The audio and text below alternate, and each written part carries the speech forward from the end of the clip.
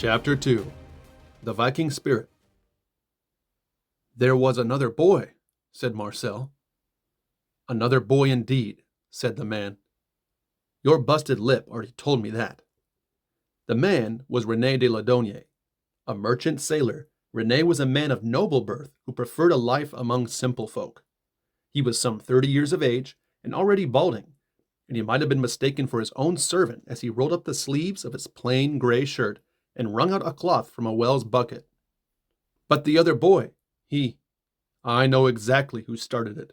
It was René's job to act cross, though secretly the boy's mischief amused him. That makes it what? Third time this month you've been caught fighting? But monsieur, you haven't heard the whole thing yet. Should I even care to ask? Now here, hold still. He pressed the cool wet rag up to the boy's swollen jaw. Ow! The boy winced. Not so hard, monsieur. All right, fine. You do it. I've got plenty of better things to do than nurse your wounds all day. Oh, come on, monsieur. The boy let out an impish smile as he said it. We both know you got nothing better to do. And what makes you so sure of that? The man frumped his chin. The pointed end of his trimmed black beard on his slender face made him look more like a billy goat than a French noble. You're no better at any of that nobleman stuff than I am at wearing shoes. Marcel smacked the man's arm in a sort of shared camaraderie. René rubbed the back of his own neck and sighed. I suppose you're right. It's no secret I'd rather be out at sea. So what's keeping you? Looking after little landlubber, that's what. René rustled the boy's mess of brown hair. I could look after myself, said Marcel, if I had to. René curved up an eyebrow. Says the boy with the bleeding lip. A low chuckle slipped out from over by the apple tree. It was Captain Ribault, who, up until now, had been quiet as a mouse there in the courtyard. I bet the boy can probably take care of himself, at least for a moment or two, the captain laughed. Maybe he can keep an eye on this one for me while you and I have a little talk. Before René could ask who, the answer leaned into the doorframe. Name's Tristan, monsieur, said a boy in the door, followed by a salute. It was Ribault's cadet. His battle flag waved tattered and torn, with its pole bent well out of shape. His breastplate, however, despite recent scuff marks, still caught the light in all its splendor. Even so, he hung in the doorway with a frown, with a dark bruise staining one eye, and his cheekbones splashed in painful red. René attempted to put two and two together. Marcel, is this the boy you were fighting with? I wasn't fighting with him, monsieur, said Marcel with upturned hands. Well, either you're two of the clumsiest boys in all of France, or you've both been fighting. René bounced his gaze between the pair of beat-up youths. Now, which is it? What he means is, said Tristan, we weren't fighting each other, monsieur. He caught Marcel's eye with a nod of respect. We were fighting together. All right, René put hands to hips. I give in. What was this fight all about? Well, it all started with an altar boy from St. Jack, said Marcel. You struck an altar boy in the face? No, the boy jabbed a thumb to himself. He struck me in the face. Marcel then said the next part, perhaps a bit too matter-of-factly. I only kicked him maybe once, elbowed him in the gut at some point, then pushed him to the ground. As if that's supposed to make it any better, said René, struggling to keep a straight face. He had it coming, monsieur. The man crossed his arms and shook his head, digging deep to maintain a voice of discipline when everything in him wanted to burst a smile. And I suppose it was your job to put him in his place, was it? Nobody else was doing anything. Marcel stood a little straighter. Whatever it is that makes people stand aside and do nothing. I don't have it. It's not in me. Nor me, Tristan echoed. Well, looks like we've got ourselves a real couple nights here, Captain, said René with a wink. Or perhaps some of that old Viking blood, said the captain, half serious. René tilted his head in somewhat agreement, and then turned back to the boys. Just what was this altar boy doing anyway that got you two so riled up and hot-headed? Marcel traced a finger along his scraped knuckles. Tristan dabbed his black eye, resisting the urge to itch it. Neither boy answered but looked to the captain in the hope he might tell it best. It's all my fault, René, said Ribault. Your fault? Oui, said the captain. I'm afraid I caused a bit of a stir riding down the alley at St. Jack. Some kids shouted at me, called me a heretic. One of them, this altar boy, I presume, gave my horse a good scare, and I got knocked from my saddle. Our 2 knights here merely came to my defense. It was all Bayard's doing, said Marcel. He put those boys up to it. Paid 'em off in silver coins, too. Bayard? Captain Ribault brushed the great strands of his ginger beard. Who's Bayard? A local scoundrel, explained Renee. Leader of a gang who call themselves the Knights of the Road. I've had run-ins with them before, and they don't take too kindly to Huguenots. The man then turned to Marcel. Now what was that about some silver? Bayard tried to offer me a silver coin, but I didn't take it, for a lot of good reasons. But I got a good look at it and thought it was kind of strange. It was a French coin with Charles IX on it. What's so strange about that? The year read 1562, said the boy. It's barely even spring, and I just thought it was weird he'd have a pocket full of brand new coins. Unusual for a commoner like him, said Renee, but of course he could have stolen them too. Maybe, said Marcel, but he said something about the king looking the other way. Not saying they know each other or anything, but I think Bayard made it almost sound like King Charles was paying him to stir up trouble around here. If Marcel's right, said the captain to Renee, then it would mean our boy king is playing both sides. What do you mean by that, Captain? Ribault glanced over to the boys and deemed them 2 pairs of ears too many. I'll explain later, in private. Right, said Renee. He spun his gaze back to the youths. That'll be all, boys. Go find yourselves something to eat in the kitchen, and have Babette give you a cold apple for this one's eye. Now run along. You're both dismissed. Oui, monsieur, said the boys. They shuffled out of the courtyard with shoulders slumped and heads hung low. It was disappointing being asked to leave, especially just as things were becoming interesting. In the kitchen, Babette the cook was looking after a pot of ceviche de surf, or braised venison. The sweet aroma of onions and melted butter, carrots, and celery with sprinkles of orange peel all but tempted a boy to sneak a finger in for a taste. Marcel felt it was his right after all, as it was he who had shot the deer, but Babette was not the kind to entertain meddlers in her kitchen, and just as quickly swatted the boy's hands out of her pot and spanked his and Tristan's rears onto a pair of stools up against her prepping table. She then took a long look at the bruised and bloodied pair seated before her.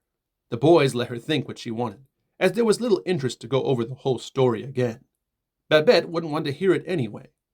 Instead, she put forth a basin of herbs and vinegar with some clean rags and forced the boys to wash their scraped-up hands in the stinging mixture. The boys winced and gritted their teeth, and it was all over in a second or two. Then, taking the place of the vinegar and rags, were 2 heaping and sweating bowls of ceviche de surf, drowning in a marinade of red wine, pepper, and juniper berries. The ceremony of inhaling food began. Marcel shoveled in spoonfuls and slurped up helpings nearly faster than he could re-scoop the bowl. Tristan, on the other hand, took his time to eat with every gentle manner a boy could put on. This irritated Marcel, and to show it, he snatched the apple pressed up to his guest's eye. You gonna take all day to eat or what? He stole a huge bite from its hole. Do you mind? Marcel tossed back the apple. Just a bite. A bite? Where I come from, I call that half. I don't care where you're from. You're in my house now. A dry, crusty end of bread went flying into his curls, hitting his skull as hammer to wood. Hey! But Babette merely shrugged and continued her business. Some host you are, said Tristan, followed by a growl that none could understand. And me, your own guest, your own elder and better too. Marcel choked. My what? Don't believe me? I'll settle it for you. Marcel slammed down his spoon. Just what exactly do you have in mind? It's obvious, said Tristan, wiping his mouth with a napkin. I outrank you. What rank is that? A cadet. Is a cadet even a rank? It's more than a civilian, which you are, and I'm not. A cadet means you're in training. Marcel flicked an arrogant thumb to his own chest. I already know what I'm doing. Ha! Tristan jerked open his collar, where a silvery line glimmered on his skin. See this scar? It's from the tip of a spear. You were in a battle? It wasn't a battle, it was training. Oui, admitted Tristan, slouching his shoulders. But that's not the point. I've seen worse. Marcel rolled up a leg where a shining scar wrapped around his kneecap. There's this hill out back.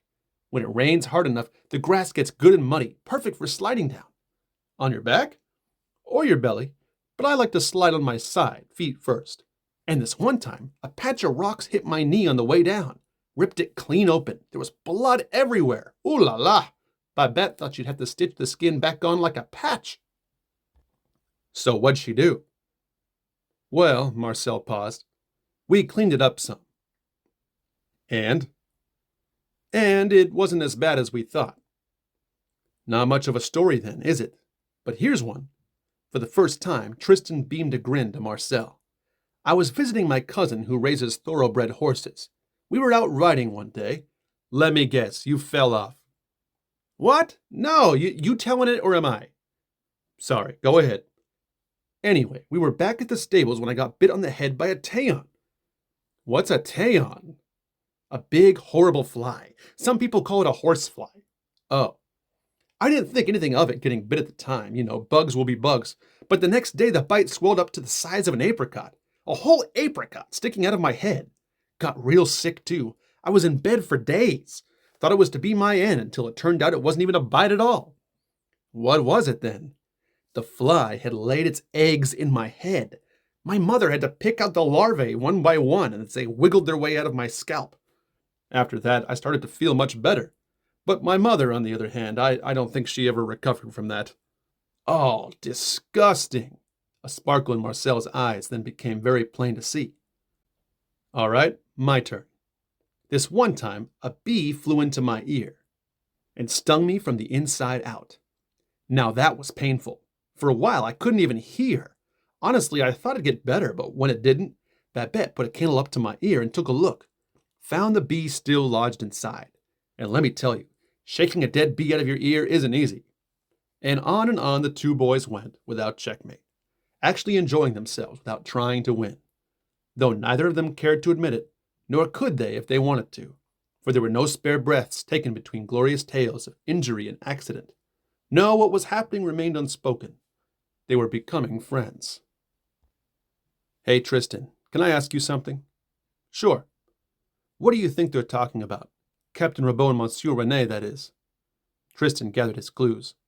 You know, I don't know much, but there's been whispers aboard La Trinity. That Ribault ship? The very one, said Tristan. There was something about having nowhere safe to talk, except for this one place on land, and something else about an adventure. Marcel lowered his voice, keeping the next part well out of Babette's earshot. That safe place to talk on land. What if it's this house? Tristan mulled it over. And what if that adventure is what they're talking about right now? Want to go find out? Yeah. Shh. Marcel cupped his hand over Tristan's mouth. Then you're going to have to get rid of these. Marcel tapped a finger to Tristan's armor. Can't have you jangling around behind me like a ring of keys. Your shoes, too.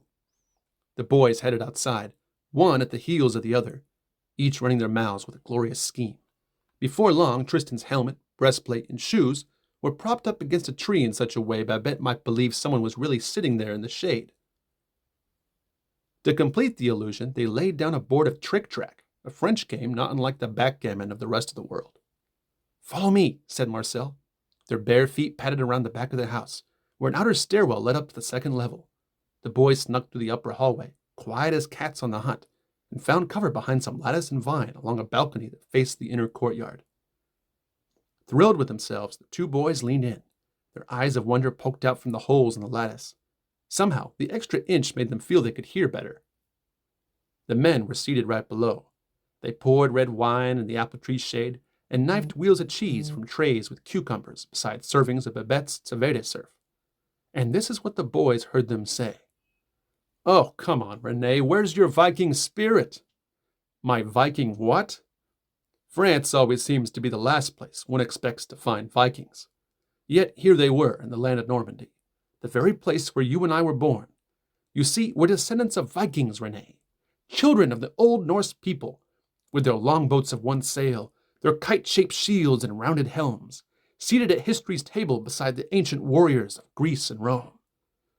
Vikings our ancestors may be, said René, but the medieval world wasn't kind to such heroes of old and their deeds, replaced by the age of the knight. And to every French peasant and lord, the Vikings of Normandy were nothing more than barbarians. They were stubborn, reckless, and brave, added the captain. If you consider always looking for a fight the same thing as being brave, then we. Some might call that adventurous, Rene. Or better yet, restless. But at least they were bold, said the captain. And 600 years later, I suppose you believe it's that same boldness we could use right now. It's the old red-blooded spirit we'll need to cross the whole ocean as they once did, to build our haven in lands they alone first discovered. You can forget the likes of Christopher Columbus or Ponce de Leon. I tell you, no man need better claim in the New World than that of some Viking in his veins.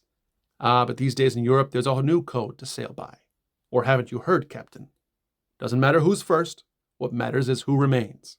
Without a colony, there can be no claim. Then we best get over there and put foot to ground, said the captain with a smirk. Easier said than done, said Rene. Where do we even get the funding? Already been paid in full. Admiral Coligny put up half himself. He's part and parcel to our Huguenot cause, you know, and the whole adventure was his idea, with a little bit of my input, of course. Who's financing the other half? None other than our Catholic boy king, if you can believe that. It was the admiral who convinced him to help. After what Marcel had to say about those silver coins, you still think King Charles means to help? If the king intends to double-cross the Huguenots, it'll be here on French soil. All the more reason to depart as soon as possible. In the meantime, we'll sleep with one eye open, just in case. But I'll say this, though. If King Charles makes a move against us, he'll have become his own saboteur. How's that? This adventure, if it succeeds, will kill 3 birds with 1 stone. Ribault held up 3 fingers and counted them down. 1, Catholic France wants us out. 2, we want religious freedom. And 3, King Charles wants a foothold in the New World. A haven for Huguenots under the banner of France would satisfy all 3. Let's just hope our 11-year-old monarch can keep it that way. Oh, he will, said Ribault. He'll be singing our praises when we've named our first fort after him in Florida. Florida? Rene's eyes nearly leapt off his thin, noble face. But you can't build a haven there, Captain. Florida is Spanish territory. It might have been theirs, said Ribault calmly. But there's been no colony. And you said it yourself. No colony, no claim. And what if Spain doesn't see it that way? Then we'll defend our haven. Better than we ever could here in France. Today in the alley was just a scrap between boys, Rene. But it won't be fights among children for much longer. Their eyes shifted to a dead leaf, which flaked off the apple tree and settled down gently onto the table. As it did, a strange sadness overcame Captain Ribault. It was the same one Marcel had glimpsed in him earlier, which he had first seen in the alley. The sadness deepened the creases of his wrinkles and made him look more 60 than 40. His ginger hair and beard revealed a touch of gray in midday's light, gray hairs which had been completely unnoticeable before. It was as if the heaviness of his heart's burden was aging him, and the secret of its weight became all the more clear as he said, Already so many of us have been murdered in the shadows, persecuted for what we believe. All too soon, it will be in broad daylight. Civil war is coming, Rene. A war of religion. And I mean to get our people out of France. Before it comes forth. So what do you say? Come explore Florida with me, and together we can give our people hope for a future. Rene paused. Whatever I can do, you can count on me. I will help you find your haven. Our haven, he corrected. And when we return, France and our boy king will have their hour of glory with a colony in the New World. But it'll be so much more than just a colony. Because you and I, we're going to save our people from the slaughter that awaits them here in France and gather them up to the haven we've built for them in Florida. Rene reached out a hand, and the 2 men shook, the ancient way, the Viking way, with the forearm of the other in grip. And then Rene pulled Ribault in close and prayed. But it was not a prayer as in church or by a bed. No, it was a warrior's prayer, the kind one prays before a battle. The more hits I take, he began. The more hammers I wear out, added Ribault. Papa God, make me as strong as an anvil, continued Rene. They ended the prayer as one. Amen. The kitchen door swung open, and out came Babette proudly bearing a fresh offering. Dessert! She set down a sliced-up loaf of brioche bread, freshly baked, of course, and drizzled in a mix of berry sauce. Captain Ribault took it as his cue to pay her his compliments with a superb here and a magnifique there, as well as how much he had enjoyed the deer in her Cervede surf. Babette simply smiled and nodded, as if she had expected nothing less, and continued to plate the sumptuous-looking delight. The sweet swirls of steam made their way up to the hidden boys above, who flared their nostrils and gave the air a good long whiff. Ah! And, without realizing it, the boys had put their full weight against the lattice and vine. A crunching, snapping sound beckoned Tristan to pull back. With full speed, he reached for his new friend, but it was too late. Away went Marcel. Whoa! Leaf, wood, and boy burst out from the second story, tumbled through the apple tree's lower branch, and plummeted straight into the fine presentation of Babette's brioche bread on the table. Marcel's face splattered into crust and fluff, sending an eruption of berries everywhere. But at least nothing was broken, that is, until the boy tried to get up and the whole table went up with him. Plates went sliding off, busting to smithereens upon the courtyard tile, and Babette's bread knife catapulted into the air. Thwing! Whipped off the very feather from Ribault's cap. Thwink! And stuck a landing into the apple tree's trunk. Chatou! Oof! Renee creaked out a groan. Babette found she had lost her breath. Tristan broke cover to jump down and help, only to find himself holding in his sides and snorting like a pig as he tried not to laugh. Marcel shut his big honey-brown eyes. The embarrassment hit him, feeling about as rude as a bucket of water thrown into a formal dance. How was he going to get out of this one? He settled on, "Glad you liked the deer, Captain. It was me who shot it."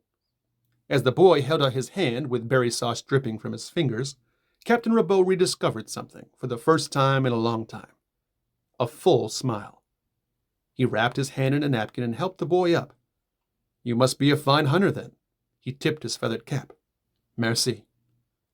"Sorry, Captain." Renee clutched the back of Marcel's neck as one grabs the neck folds of an unruly puppy.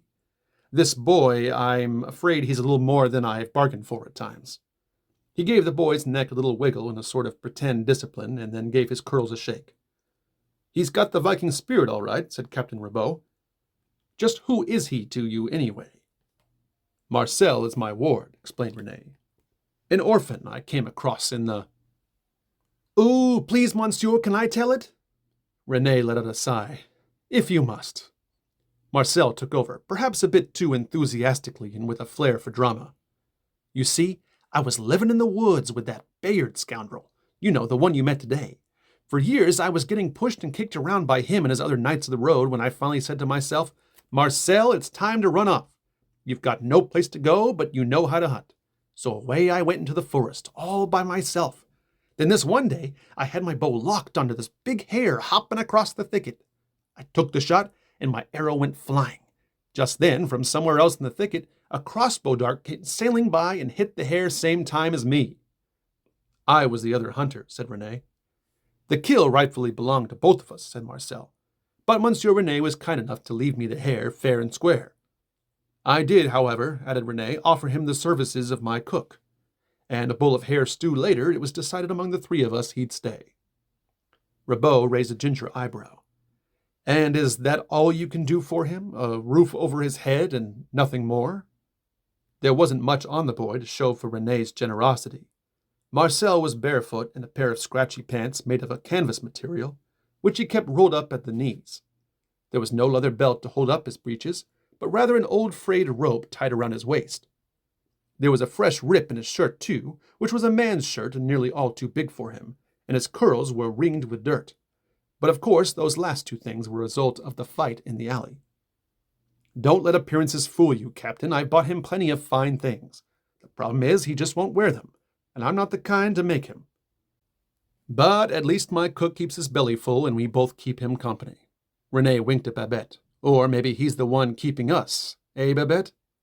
The cook simply humped, holding out an empty tray as the boys stooped down to help with the broken dishes. "St. Hubert." Captain Ribault jutted his chin to the boy's pendant, which was dangling out of his shirt with a glimmer. "That's his sign, isn't it?" Marcel clasped the symbol, the buck with a cross between the antlers. and cherished the weight of its medal upon his neck. Oui, Captain. You know, said Ribault, before Hubert was a saint, he had run away to the forest to hunt the rest of his days away. And do you know what happened to him out there, all alone in the woods? No, Captain, I don't. Well, he was out hunting one day when a stag came right out of the trees, and in between the beast's antlers was this light, and from the light came a voice. It was Papa God. He told Hubert how much he loved him, and asked him to go back among the people again, show them all the same kind of love he'd been shown in the woods. That's how Hubert became the patron saint of all hunters.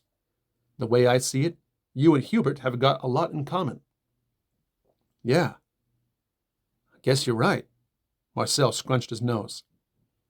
I had no idea. A warm butterfly flapped in his stomach. He sees me, and it feels kind of good to be seen. The captain paced about for a few steps, thinking inside that red head of his. How long had you been in the woods when Monsieur René found you? Let's see, about 10 years with Bayard and about a year by myself. A whole year? Just over. And you were all alone. I went into town to trade from time to time, but for the most part, yeah. But still, you lasted just over a year by yourself out in the wilderness. Marcel stood a tad more upright. Never once starved a day. If you could do that, you're not much of an orphan, said Ribault. You're well on your way to becoming your own man, and a man gets to choose his own way. No one had ever called Marcel anything close to a man before. The words rang deep to his 12-year-old heart. A man.